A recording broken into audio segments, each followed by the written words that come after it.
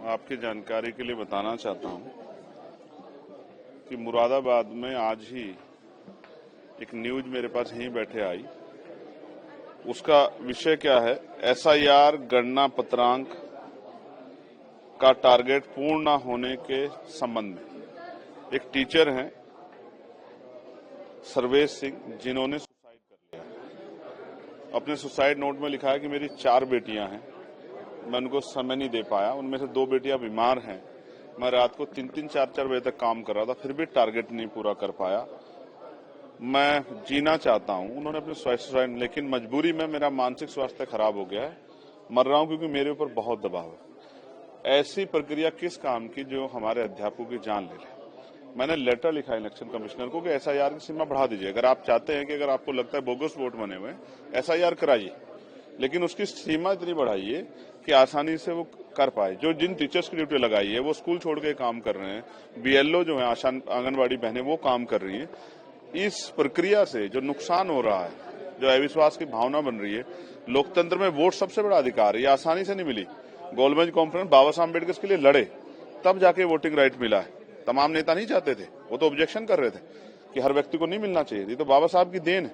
तो इस वोट को हम लोग इतनी आसानी से नहीं जान देंगे, इसलिए हम लोग कोशिश करेंगे एसआईआर की सीमा बढ़े और बोगस वोट नहीं होने चाहिए, मैं इसके साथ हूं।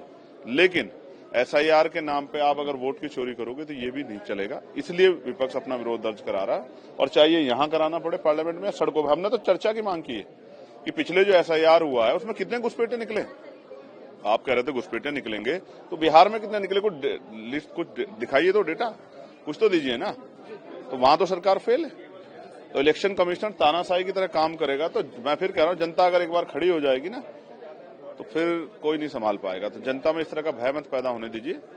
जैसे उत्तर प्रदेश के मुख्यमंत्री का डिटेंशन सेंटर बना देंगे हम, तो मैं कह रहा हूं आप डिटेंशन सेंटर बनाइए, हम उन पर ताले लगा देंगे। डिटेंशन सेंटर जानवरों के लिए हो सकते हैं, इंसानों के लिए नहीं हो सकते हैं।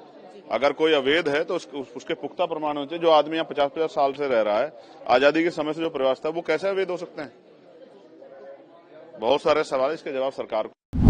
सत्ता पक्ष भाजपा, प्रधानमंत्री मोदी जी, केंद्रीय गृह मंत्री जी के नेतृत्व में भारत की लोकतंत्र और संसदीय मर्यादा परंपरा को खत्म करने पर तुली है।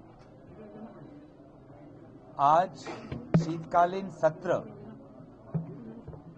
मात्र 19 दिनों के लिए, जिसमें से सिर्फ 15 दिनों के अंदर चर्चा हो सकती है, शायद सबसे छोटा ये शीतकालीन सत्र होगा। और इस शीतकालीन सत्र के आयोजन में देरी भी हुई है, और इसीलिए ऐसा लगता है कि सरकार खुद पार्लियामेंट को डिरेल करना चाहती है।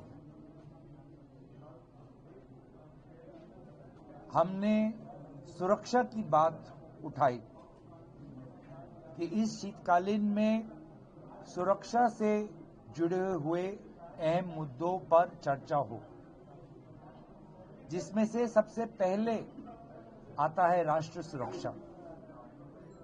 दिल्ली में जो ब्लास्ट हुआ वो कहीं न कहीं हमारी कानूनी और गृह विभाग की विफलताओं का एक बहुत बड़ा प्रमाण है।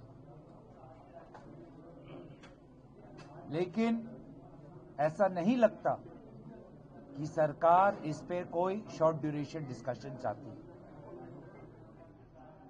दूसरी है लोकतंत्र की सुरक्षा। जिस प्रकार से भारत के विभिन्न राज्यों से चुनाव आयोग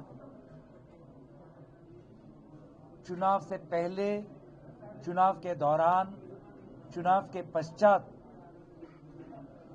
जिस प्रकार से राजनीतिक पक्षपात रख रही है, तो क्या भारत में चुनावी प्रक्रिया संवैधानिक रूप से चलेगी। वो लोग को वो समझ गया। हम लोग तृणमूल कांग्रेस जब बोला उनको, listen another things that must be very clear. We spoke for 45 minutes. An election commissioner, chief election commissioner spoke for 55 minutes. He did not give any answer to any of our questions. He was talking about the procedure. He was talking about the law. What is it? That we know everybody. Even my clerk. You know I am a lawyer. My clerk also knows that. What we are telling. Thank you. ज्यादातर दल की एक राय है कि अगर SIR पर चर्चा नहीं होती तो इसका मतलब सरकार सदन नहीं चलाना चाहिए।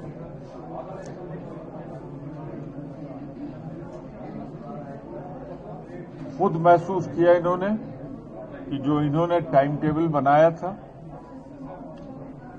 वो गलत था, समय बढ़ाया है 1 हफ्ते।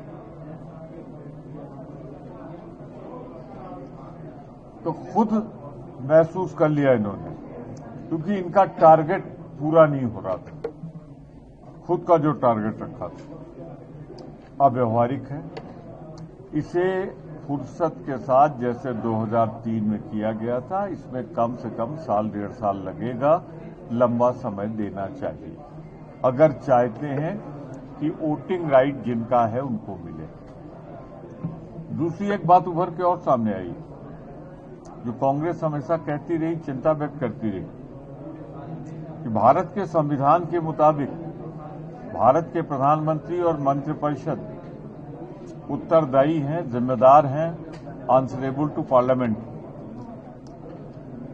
पर प्रधानमंत्री जी कभी कभी भूले भटके पार्लियामेंट में आते तो हैं, लेकिन डिस्कशन में नहीं शामिल होते। मैं उम्मीद करूंगी कि जो आने वाला सेशन है एक प्रोडक्टिव सेशन होगा, जिसमें इम्पोर्टेंट जो मुद्दे हैं, देश के मुद्दे हैं, उस पर चर्चा होगी। मैं मानती हूँ सत्ता पक्ष का एजेंडा होता है, साथ ही साथ विपक्ष भी एक एजेंडा लेकर आती है। खास करके अगर आप देखेंगे एसआईआर जो पूरे देश में लागू हुआ है, उसमें कितने बीएलओज प्रेशर के अंदर काम कर रहे हैं, कितनों की जानें चली गई हैं, इनह्यूमन इनसेंसिटिव तरीके से ये चल रहा है, तो उस पर काफ़ी सवाल हैं। वोट चोरी को लेकर आदित्य जी ने भी मुंबई कॉन्स्टिट्यूंसी को लेकर उन्होंने भी पर्दाफाश किया था अपने प्रेस कॉन्फ्रेंस के माध्यम से। श्री राहुल गांधी ने कर्नाटका का हवाला देते हुए, हरियाणा का हवाला देते हुए उन्होंने भी कुछ मुद्दे उठाए हैं। तो हमारे एजेंसीज का जो दुरुपयोग हो रहा है उस पर भी एक सार्थक चर्चा होनी चाहिए।